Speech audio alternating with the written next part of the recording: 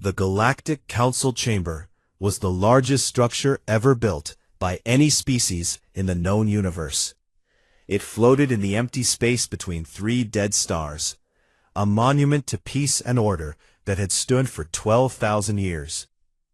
Inside its great hall, representatives from 847 different species gathered to discuss the matters of the galaxy.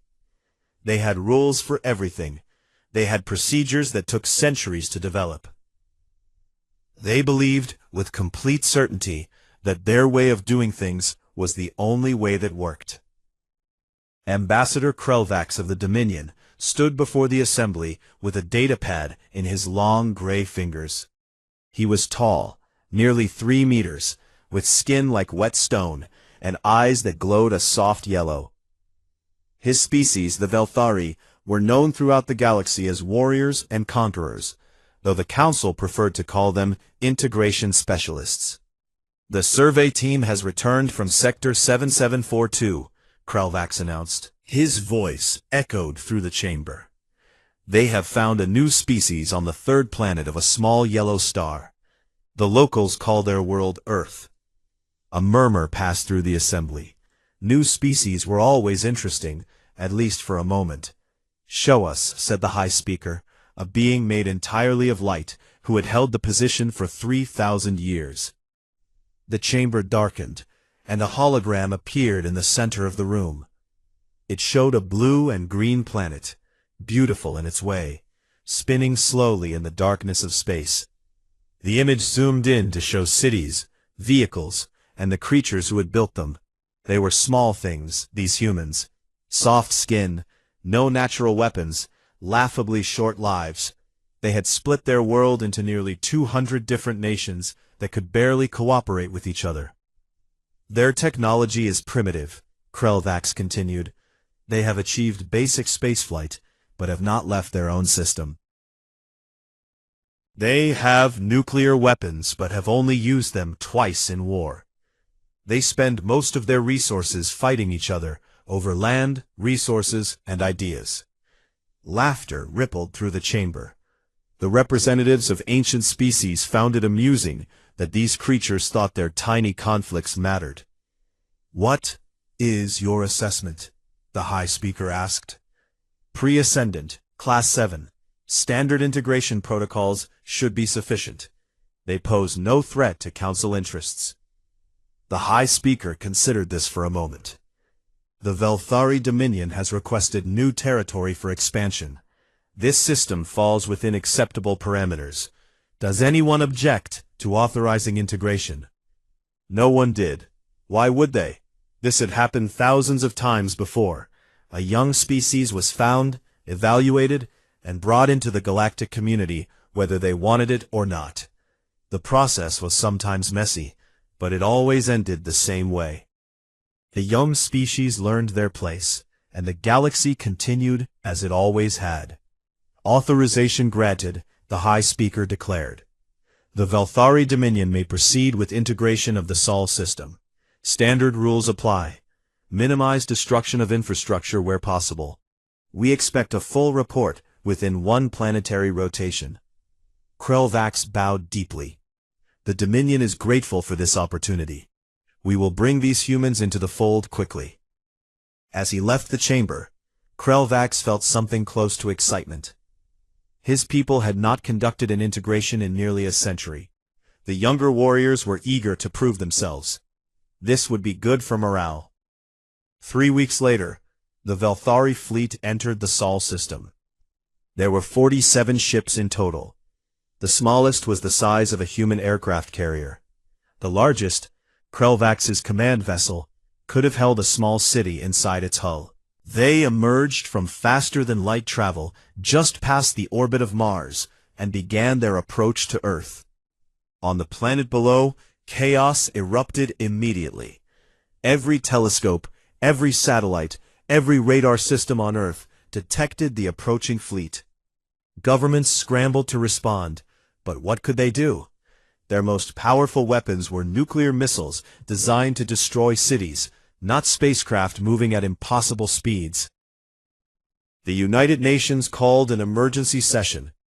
Military leaders around the world woke their presidents and prime ministers with the worst news in human history.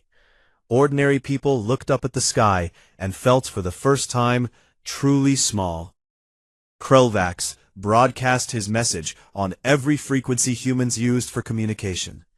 It appeared on every television, every radio, every phone on the planet. People of Earth, I am Ambassador Krelvax of the Velthari Dominion, acting under the authority of the Galactic Council. Your species has been selected for integration into galactic civilization.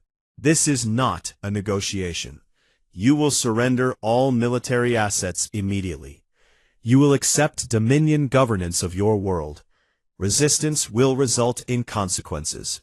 You have one planetary rotation to comply. The message ended.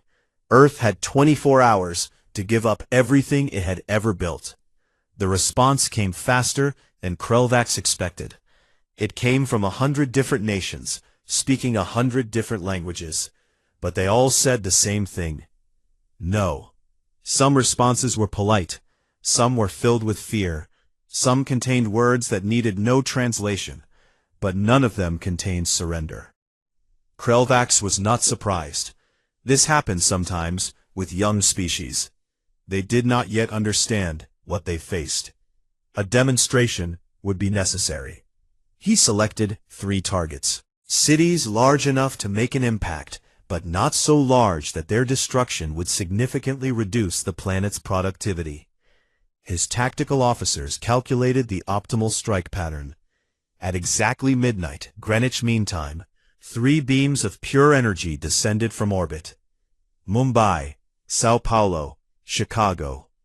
37 million people died in less than 3 seconds. The beams left craters where neighborhoods had stood. The shock waves flattened everything for kilometers in every direction. Fires burned that would not stop for weeks. The lucky ones died instantly. The unlucky ones lived long enough to understand what had happened. On every screen on Earth, Krelvax appeared again. You were warned. Further resistance will result in further demonstrations. You now have 12 hours to comply. This is your final warning. The governments of Earth went silent. What could they say? What could they do? Their missiles could not reach the ships in orbit. Their aircraft could not fly high enough to fight. Their soldiers could not shoot at enemies they could not touch. In the Galactic Council chamber, far away among the dead stars, the representatives received word that Earth's integration was proceeding as expected. They made a note in their records and moved on to other business. Another young species learning its place in the universe. Nothing unusual at all. But something unusual was happening on Earth. Something the Council had never seen before in 12,000 years of galactic civilization. Humans were not giving up. In bunkers beneath mountains, military leaders who had been enemies yesterday now shared everything they knew.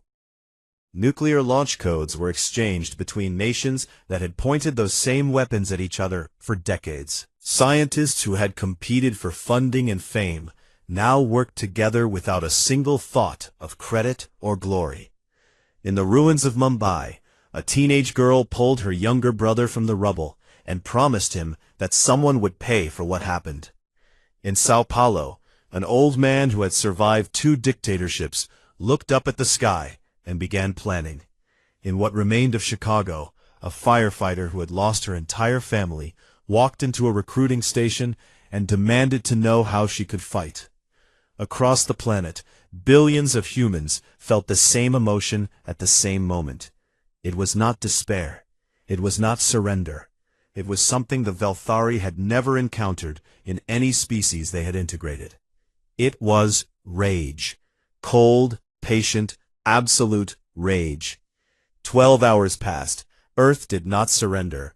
The Velthari began landing troops in every major city, expecting the humans to bow their heads and accept their fate. Instead, they found a population that looked them in the eyes and said nothing at all. Krelvax reported to the Council that integration was proceeding smoothly. Resistance was minimal. The humans were cooperating. He did not report the strange feeling he got when he walked through the occupied cities. He did not mention how the humans watched his soldiers with eyes that held something he could not quite identify. He did not describe the absolute silence that fell whenever he entered a room. He should have, because those watching humans were not broken. They were studying, learning, waiting. The Galactic Council believed the matter was settled. They believed Earth would become another quiet member of their civilization, its people working and paying tribute like all the others before them. They believed that 12,000 years of history had taught them everything they needed to know about young species. They were wrong, and in 1 year, they would learn exactly how wrong they had been. 13 months after the invasion, the Galactic Council received its routine report from the Velthari occupation force on Earth. The report was short and boring, exactly as expected. Human productivity levels were acceptable. Resource extraction was ahead of schedule. Resistance incidents had dropped to nearly zero. The integration was complete. The Council filed the report and forgot about Earth entirely. They had more important matters to discuss. Trade disputes between the merchant clans, a territorial disagreement near the Galactic Rim, the usual business of running a civilization that spanned 1,000,000 worlds. If they had looked more closely at the report, they might have noticed something strange. The resistance incidents had not just dropped, they had stopped completely, all at once, exactly 6 months after the invasion began. Every species the Council had ever integrated showed a gradual decline in resistance over years. Humans had simply stopped fighting overnight. None of the Council members thought to ask why. On Earth, the answer to that question lived in the darkness beneath the surface. The old subway tunnels of Moscow had been abandoned for 30 years before the invasion. Now they held 2,000 people working in 3 shifts, 24 hours a day. They called themselves the Foundation, though they never wrote that name down anywhere. Their leader was General Yuri Volkov, a 73-year-old man who had fought in 3 wars and buried 2 wives. He had silver hair, cold blue eyes, and a mind that never stopped planning. When the invasion began, Volkov had been in a bunker reviewing missile defense systems that could not defend against anything in orbit. He watched the cities burn on his monitors.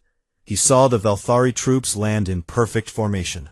He understood, faster than most, that conventional resistance was suicide.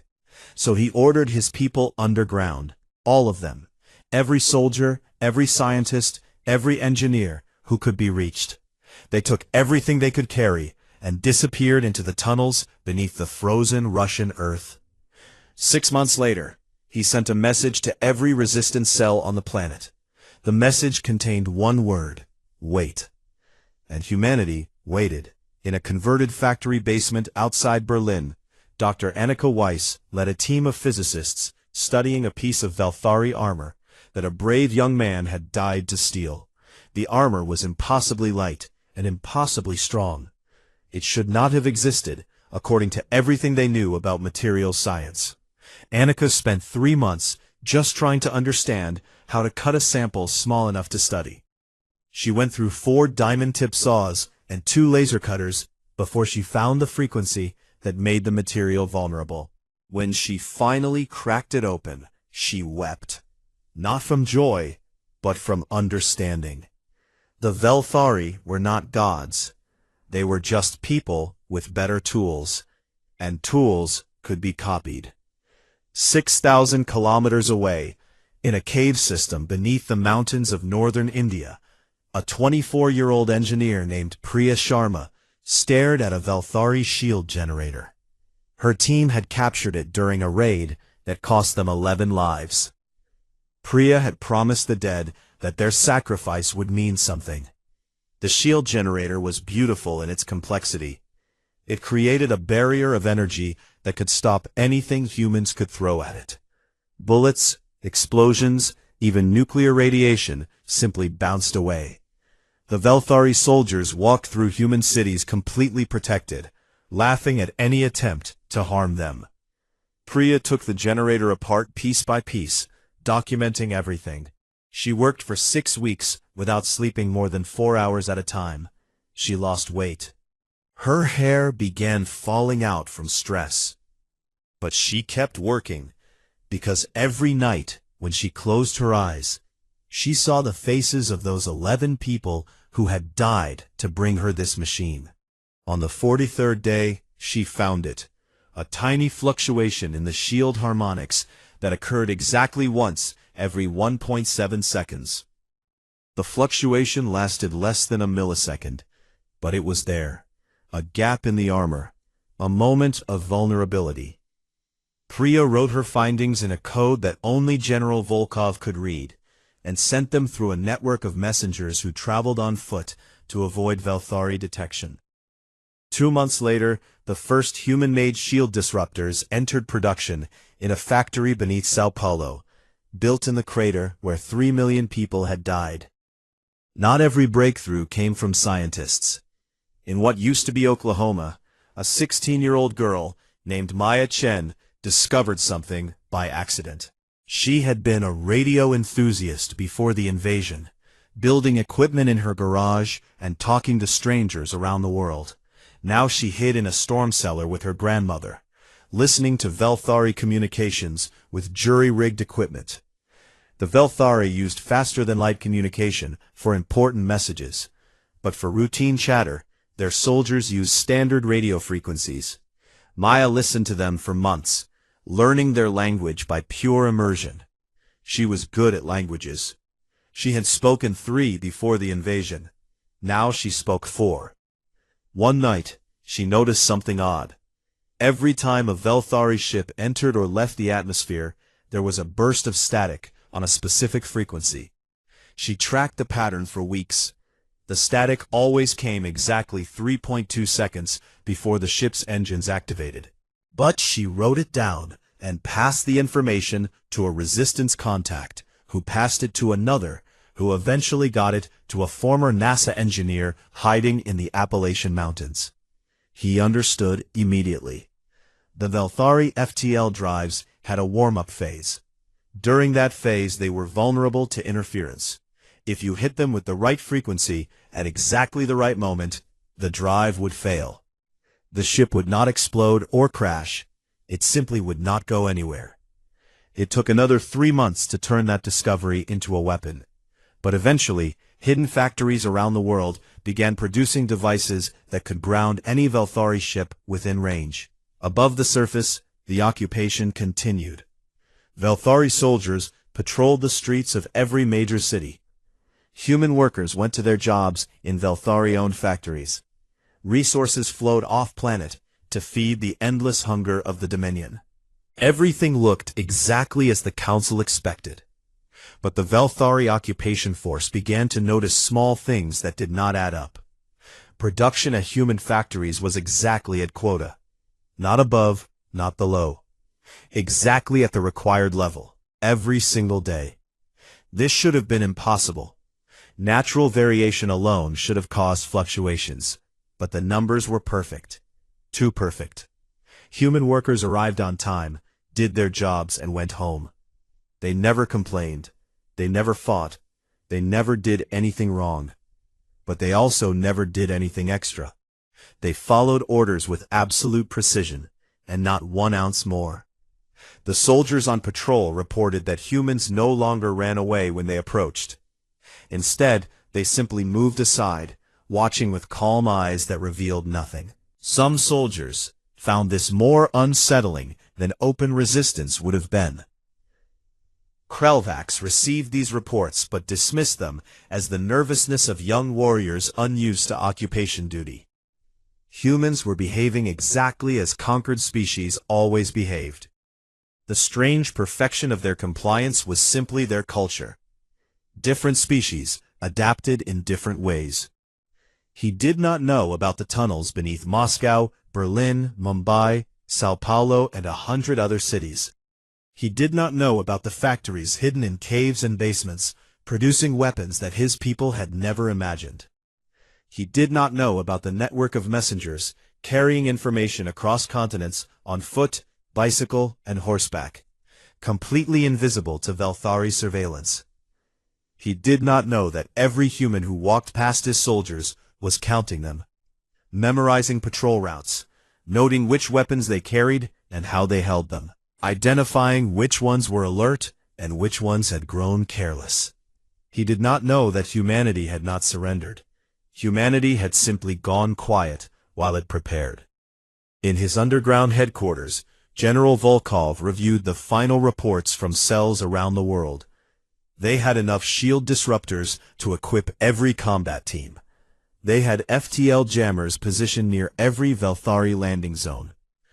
They had captured and studied enough Velthari weapons to produce their own versions. They had mapped every patrol route, every supply line, every communication node the enemy used. Most importantly, they had people, millions of them, farmers and teachers and office workers who had spent 13 months pretending to be broken while they trained in secret. They were not professional soldiers, but they were angry, and they were ready. Volkov looked at the calendar on his wall. Tomorrow would mark exactly 1 year since the cities burned. It seemed fitting. He picked up his radio and spoke the words that would change history. All cells, all stations. Operation Midnight Sun is authorized. Begin at midnight local time. May God forgive us for what we are about to do. Around the world, in tunnels and basements and hidden bunkers, humanity heard the order. They checked their weapons one last time. They hugged their loved ones. They said prayers to whatever gods they believed in. And then they climbed toward the surface, toward the enemy who had thought them broken, toward the fight they had been waiting 13 months to begin. The Velthari occupation force went to sleep that night, confident and comfortable. They had no idea that they would not see another sunrise. The first Velthari outpost to fall was a supply depot in northern Canada. The attack came at exactly midnight local time, just as General Volkov had ordered. 47 human fighters emerged from the forest, their weapons equipped with shield disruptors that Priya Sharma had designed in a cave 6,000 kilometers away. The Velthari guards did not even have time to raise an alarm. Their personal shields flickered and died 3 seconds before the first shots were fired. By the time they understood what was happening, it was already over. The entire outpost fell in under 4 minutes. No distress signal was sent. The humans had made sure of that. 12 time zones away, the same scene repeated itself outside Moscow, then Berlin, then Tokyo, then Sydney, then Mumbai, in the shadow of the crater where 3 million people had died 1 year ago. The attacks were perfectly coordinated. Each one struck exactly at midnight in its local time zone, which meant the wave of destruction rolled around the planet like the shadow of the Earth itself. The Velthari command structure did not even realize anything was wrong for almost 2 hours. Their communication network was so large that missing a few routine check-ins was normal. When they finally understood that something terrible was happening, it was already too late. Commander Vexrath was the highest-ranking Velthari officer on Earth. He was sleeping in his quarters in the main occupation headquarters, a massive building that used to be the United Nations complex in New York, when his aide burst through the door. "Commander, we have lost contact with 37 outposts." Vexrath sat up, confused. "Equipment failure? All at the same time?" "No, sir. We are receiving reports of weapons fire from the outposts we can still reach. The humans are attacking. All at once." Vexrath felt something he had not felt in decades of military service. Fear. He ran to the command center still wearing his sleeping clothes. The tactical display showed a nightmare. Red indicators marked lost or contested positions. There were hundreds of them, spreading across every continent like a disease. Human forces were hitting supply depots, communication towers, vehicle stations, and troop barracks. They seemed to know exactly where to strike and exactly when the defenses were weakest. How is this possible? Vexwrath demanded. Our surveillance detected no buildup, no communications, nothing. Unknown, sir. The humans appear to have organized this entirely without using any technology we could monitor. Then use what you can. Send reinforcements to the major positions. Call down orbital strikes on any concentration of enemy forces. Sir, our orbital platforms are not responding. What do you mean they are not responding? I mean they are there, sir. We can see them, but they will not answer our calls or follow our commands. 800 kilometers above the Earth, a very different kind of battle was taking place. The Velthari Orbital Command Station held 500 personnel and enough firepower to glass a continent. It was the key to controlling the planet.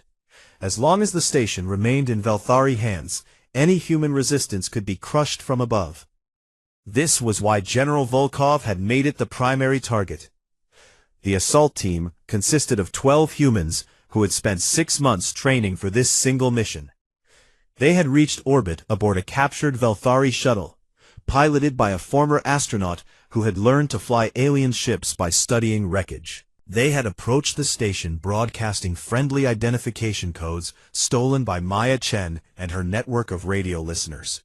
The station's security systems saw a routine supply shuttle requesting permission to dock. They granted it without a second thought. The 12 humans entered the station through the cargo bay. They moved through the corridors with weapons they had built themselves, weapons that could punch through Velthari armor now that they understood its weaknesses. They killed quickly and quietly, room by room, corridor by corridor. It took them 47 minutes to reach the command center. The station commander died trying to send a warning to the fleet. His last words were cut short by a bullet from a weapon that should not have existed. The leader of the assault team, a woman named Sarah Okonkwo, who had lost her entire family in the Chicago attack, sat down at the main control console. She had spent 8 months learning to operate Velthari systems from captured equipment. Now she put that knowledge to use. First, she locked out all communication with the surface. Then she aimed every weapon on the station at the Velthari fleet in high orbit. The ships never saw the attack coming. Their shields were down, their crews sleeping or relaxing. The station's weapons tore through them like paper. In the first 60 seconds, Sarah destroyed 9 warships and damaged 15 more. The surviving ships scattered, trying to escape, trying to understand what was happening. Some managed to raise their shields, some tried to return fire. But Sarah had already anticipated this. She had programmed the station's defenses to create a protective barrier around the planet. Any ship that tried to approach was met with overwhelming firepower. On the surface, Vexwrath watched his fleet die in the sky above him. He could see the explosions through the window of his command center, bright flashes that lit up the night like new stars being born. His entire support structure was being systematically eliminated. "Get me Ambassador Krelvax," he ordered. "Get me the Council. Get me anyone who can send help." "Sir, all long-range communication is being jammed. We cannot reach anyone outside the system." Maya Chen had figured out how to do that too. Her network had positioned FTL jammers at every point where Velthari ships might try to send a signal. The Sol system was now completely cut off from the rest of the galaxy. Earth was alone with its invaders, and the invaders were losing. The ground war raged for 3 days. Human forces attacked without pause, without mercy, without any of the hesitation the Velthari had expected from a primitive species. They used weapons copied from Velthari designs, shields built from stolen technology, and tactics that no galactic species had ever seen before. The humans did not fight like soldiers. They fought like each battle was personal, because for them, it was. Every fighter in the human resistance knew someone who had died in the initial attacks. Parents, children, friends, lovers. They carried those names with them into every battle. They whispered them before pulling triggers. They screamed them while charging positions that should have been impossible to take. Vexwrath tried to organize a defense, but his forces were scattered, and confused. The humans seemed to know where every unit was stationed, where every supply cache was hidden, which roads were safe and which were death traps. They had spent a year watching and learning. Now they used that knowledge to devastating effect. On the second day, human forces captured 2 intact Velthari warships that had made emergency landings. Engineers who had never seen a spacecraft before learned to operate them in hours. By nightfall, those ships were flying combat missions against their former owners. On the third day, Vexrath received word that his headquarters was surrounded. Human forces controlled every approach. Reinforcement was impossible. Retreat was impossible. He had 10,000 soldiers left, trapped in a building that was rapidly running out of power and supplies. A human officer approached under a white flag. She was young, maybe 30 years old, with burn scars on her face and eyes that held no hatred, only exhaustion. She delivered a simple message: surrender now, and your soldiers will be treated humanely. You will be given food, water, medical care, and eventually transport off this planet. Continue fighting, and we will show you the same mercy you showed Mumbai, Sao Paulo, and Chicago. Vexrath looked at the young woman for a long time. He thought about his warriors, many of them barely adults, who had expected an easy occupation and found a nightmare instead. He thought about the reports of human prisoner camps, where captured Velthari were given clean beds and 3 meals a day, treatment that violated every rule of war he had ever known.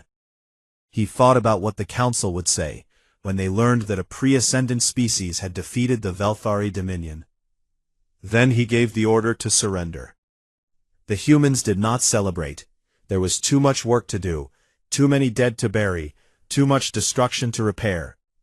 But that night, for the first time in over a year, people looked up at the sky without fear.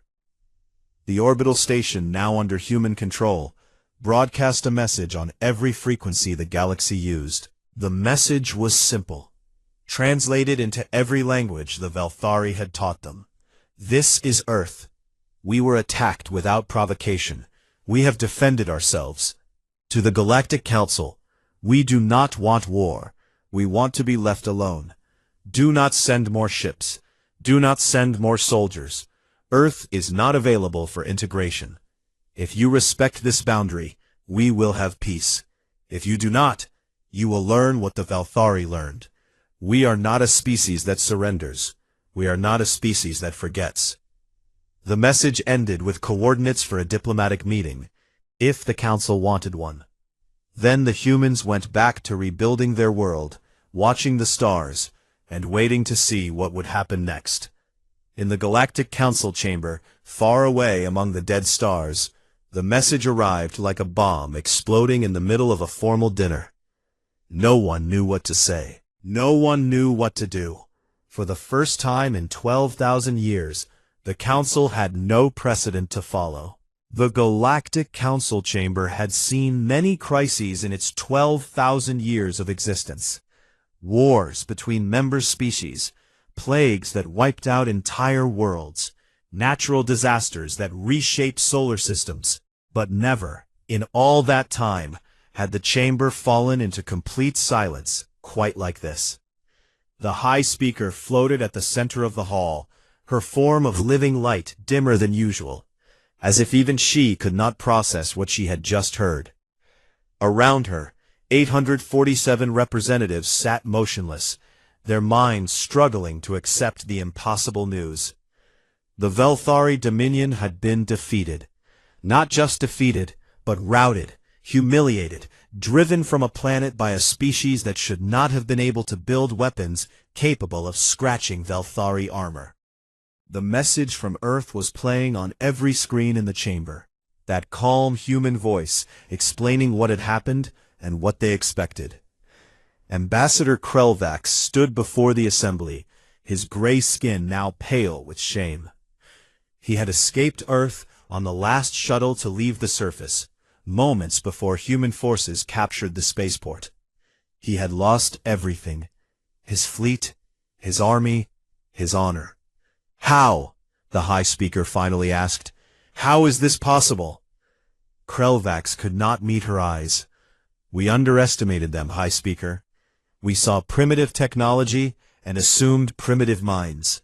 We were wrong." "Wrong?" Representative Jax Val of the Merchant Plans rose from his seat, his voice sharp with anger. "You lost 47 warships to a species that had never left its own moon. You lost an orbital station to 12 soldiers with hand weapons.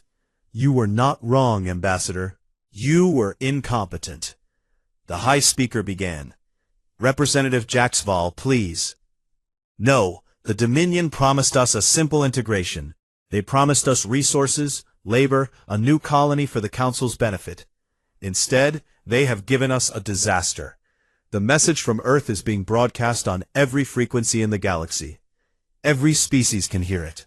Every pre-ascendant world is listening to a story about how the mighty Velthari were beaten by farmers and teachers with stolen weapons."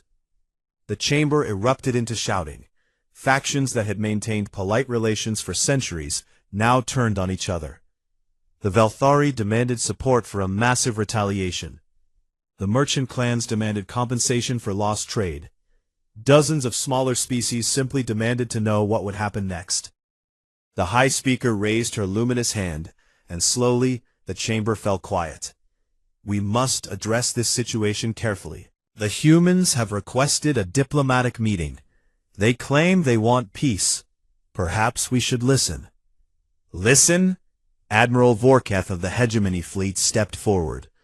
His species were warriors, like the Veltari, but older and more powerful. His ships were the enforcement arm of the Council's will. "High Speaker, with respect, if we negotiate with these humans, we send a message to every pre-ascended species in the galaxy. We tell them that the Council's authority can be challenged. We tell them that violence works. We cannot allow that message to spread." "Then what do you propose, Admiral?" Vorketh's answer was cold and simple. "I have a battle fleet at my disposal. 12 dreadnoughts, each one capable of destroying a planet. I propose we go to Earth and show these humans what happens to species who defy the Council." A murmur of approval ran through portions of the chamber. The idea was appealing in its simplicity. Crush the rebellion. Restore order. Move on. It had worked countless times before. But not everyone agreed. In the far corner of the chamber, where the eldest species sat in quiet dignity, an ancient being named Felmora rose to speak. Her species, the Voskari, had been among the founders of the Council 12,000 years ago. They rarely participated in debates anymore, content to watch and remember. But Felmora had seen something in the human message that troubled her. "If I may speak, High Speaker." The chamber fell silent, with a respect that surprised even some of the younger representatives. Felmora was nearly 800 years old, one of the oldest living beings in the galaxy. When she spoke, even the High Speaker listened. "I have studied the recordings from Earth," Felmora said, her voice soft but clear. "I have seen how these humans fought, how they organized, how they adapted." She paused, her ancient eyes scanning the chamber. "Do you know what I see when I look at them?" No one answered. "I see us. I see what we were 12,000 years ago, before we built this council, before we learned to talk instead of fight." She turned to look directly at Admiral Vorketh. "I remember, Admiral, even if you do not. I remember what it was like to be a young species, full of anger and fear and the desperate need to survive. I remember the wars we fought, before we learned better ways." Vorketh shifted uncomfortably. "With respect, Elder, that was a long time ago. Things were different then. Were they? These humans lost 37 million people in the first hours of the invasion. They lost 3 of their greatest cities, and instead of surrendering, they spent a year preparing to fight back. Does that sound like a species that will accept defeat, Admiral? Does that sound like a species that will bow to threats? It sounds like a species that needs to be taught its place." Thelmora shook her head slowly. No, it sounds like us. And if we go to Earth with warships and ultimatums, we will not teach them anything except that we are enemies. We will not end the conflict. We will begin a war that could last generations. One primitive planet cannot threaten the Council, Vorkath said dismissively. One planet cannot. But what about 10? What about 50? What about all the pre-ascendant species who are listening to Earth's message right now, learning that the Council is not invincible? Thelmora turned back to the assembly. The humans have done something far more dangerous than defeating the Velthari. They have introduced an idea. The idea that resistance is possible. That young species do not have to accept integration. That there is another way. The chamber was silent again, but this time it was a different kind of silence. Understanding was beginning to spread. Representative Jaxval spoke slowly. You are saying that if we destroy Earth, we make them martyrs, and martyrs are more dangerous than living enemies. I am saying that we face a choice, Thelmora replied. We can try to crush this rebellion with force, and watch it spread to every corner of the galaxy. Or we can do something we have not done in 12,000 years. We can admit that our way is not the only way. We can treat these humans as equals, not subjects. We can change. Admiral Vorkath laughed bitterly. Change the entire foundation of galactic civilization because one species got lucky? That is absurd. Is it? Thelmora smiled, showing teeth that were still sharp despite her age. Tell me, Admiral, what would your ancestors have done if someone had tried to integrate them by force? Would they have surrendered? Or would they have fought until the last warrior died? Vorkath opened his mouth to respond, then closed it again. He had no answer, because he knew exactly what his ancestors would have done. They would have fought, just like the humans. The High Speaker let the silence stretch for a long moment before speaking. I propose a compromise. We will send a diplomatic envoy to Earth, as the humans requested. The envoy will be protected by Admiral Vorkath's fleet, in case the humans prove hostile. But the fleet will not attack unless attacked first. We will talk, we will listen, and we will make no decisions until we understand who these humans truly are. It was not a satisfying answer for anyone. The Velthari wanted revenge. The merchant clans wanted compensation. Admiral Vorkath wanted to demonstrate the Council's power, and Thelmora wanted something that most of the chamber could not even imagine.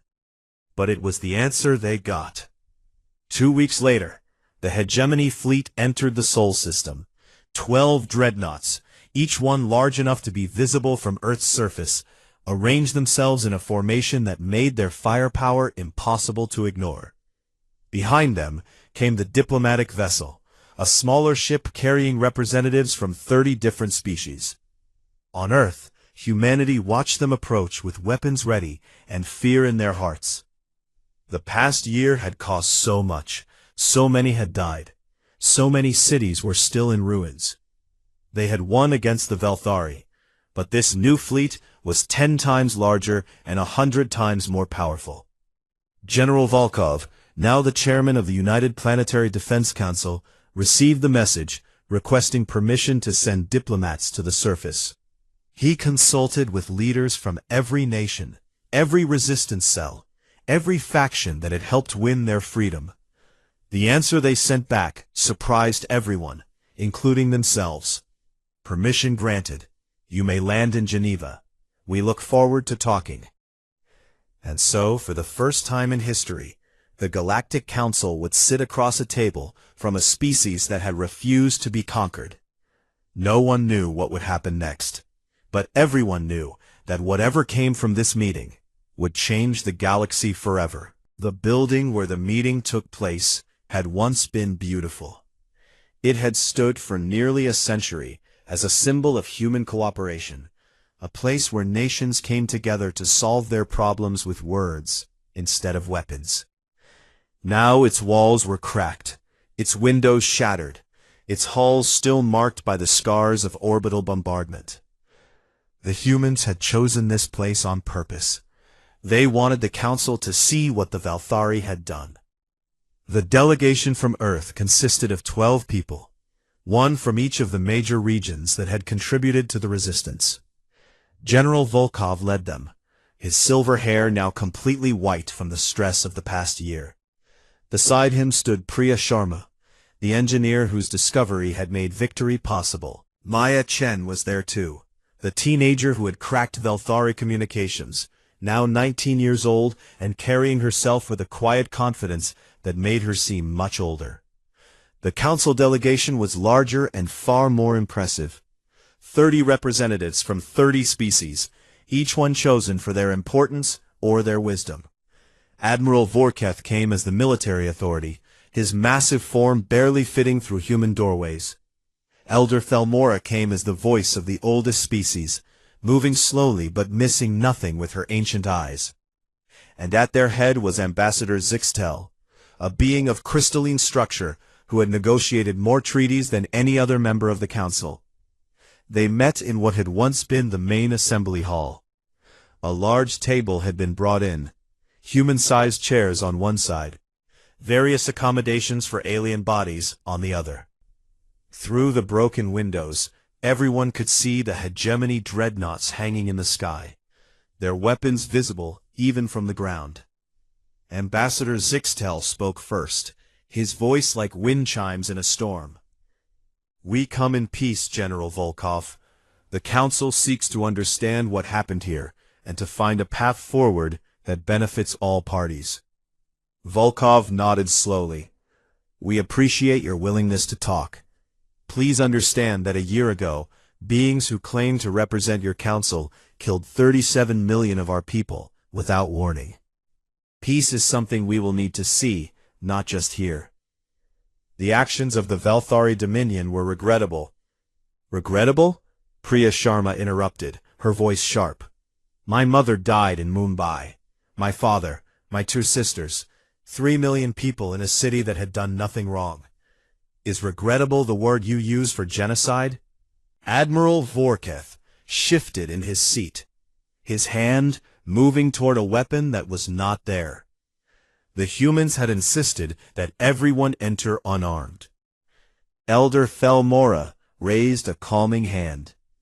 "The young one is right to be angry. We should not minimize what was done. The Valthari violated the principles of our council. They treated your people as objects to be conquered, rather than beings with dignity and rights. For that, there can be no adequate apology. We can only offer accountability and change." "What kind of accountability?" Volkov asked. "The Valthari Dominion will face sanctions.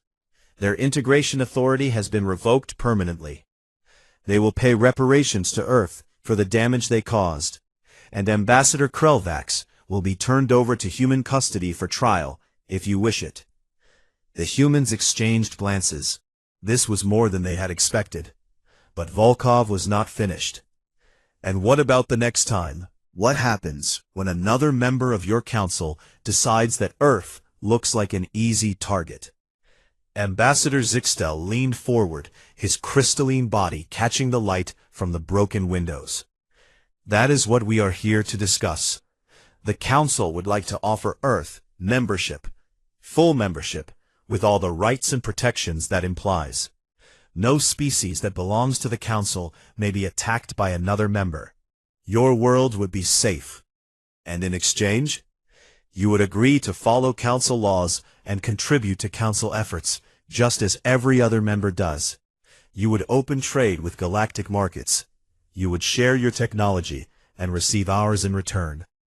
It was a generous offer by Council standards.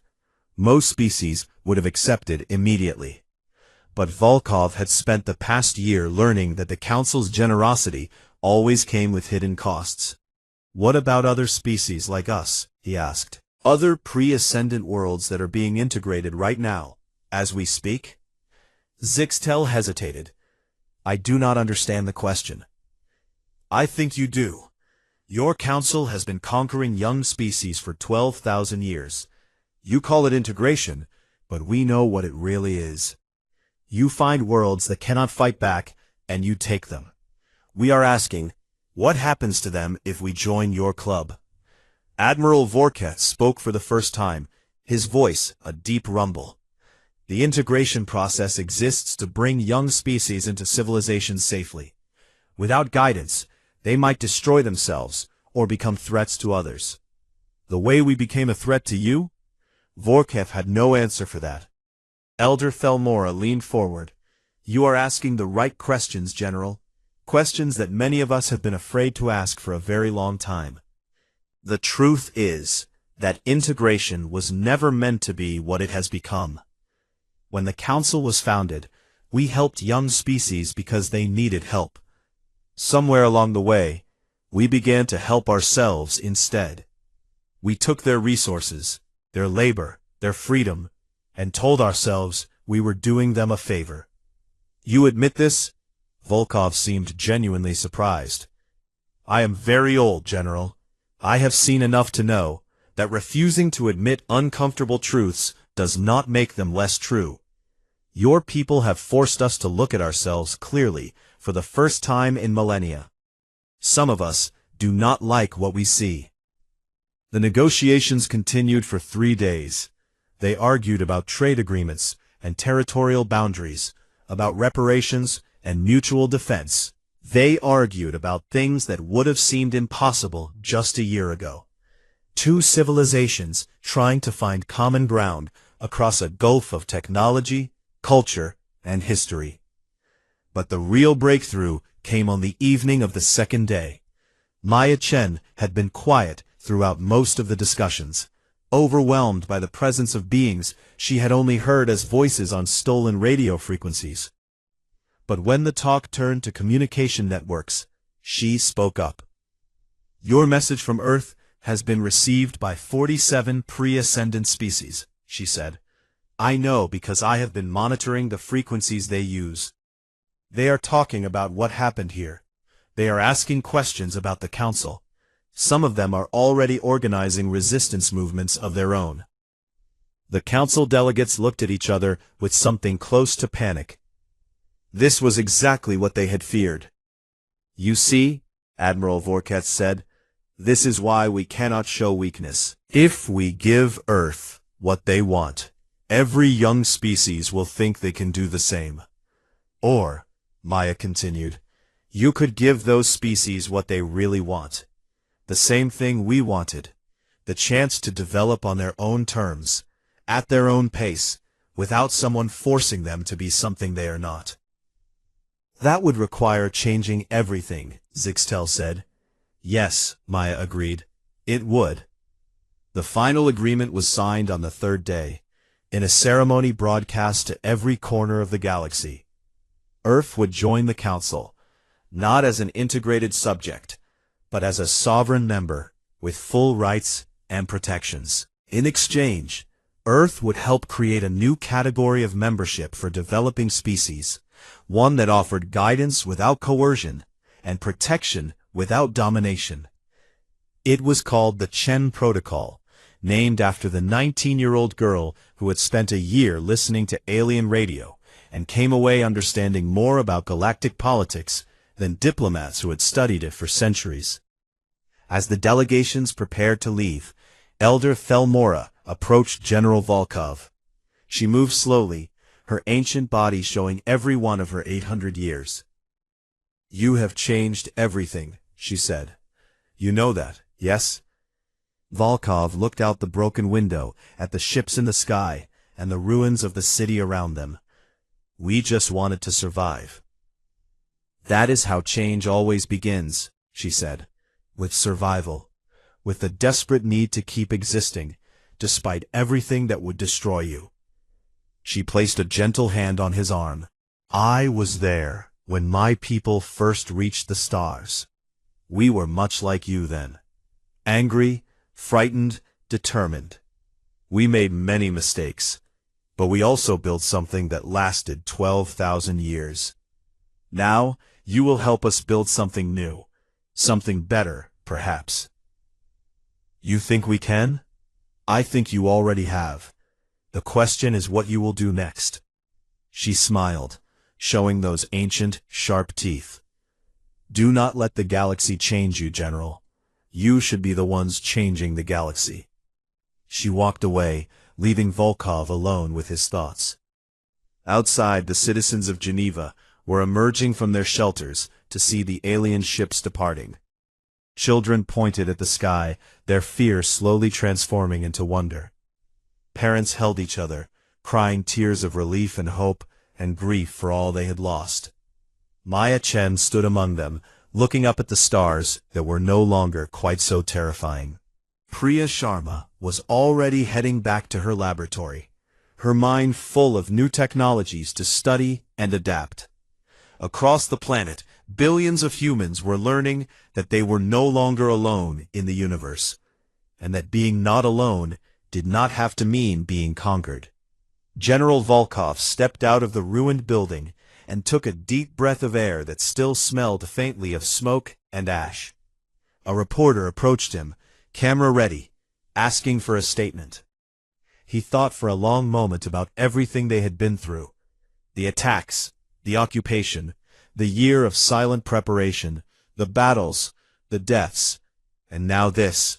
A seat at the table of galactic civilization, earned through blood and sacrifice and stubborn human refusal to accept defeat. We came from nothing, he said finally. We had no ships, no weapons, no knowledge of what we faced. They thought we were primitive. They thought we would break. He looked up at the departing fleet, getting smaller every moment. They were wrong, and now we have a chance to help make sure no other species ever faces what we faced. What happens next, General? Volkov smiled, the first real smile he had allowed himself in over a year. Next, we rebuild, we learn, we grow, and we make sure that the next time someone looks at a young species and sees easy prey, they remember what happened to those who made that mistake with Earth.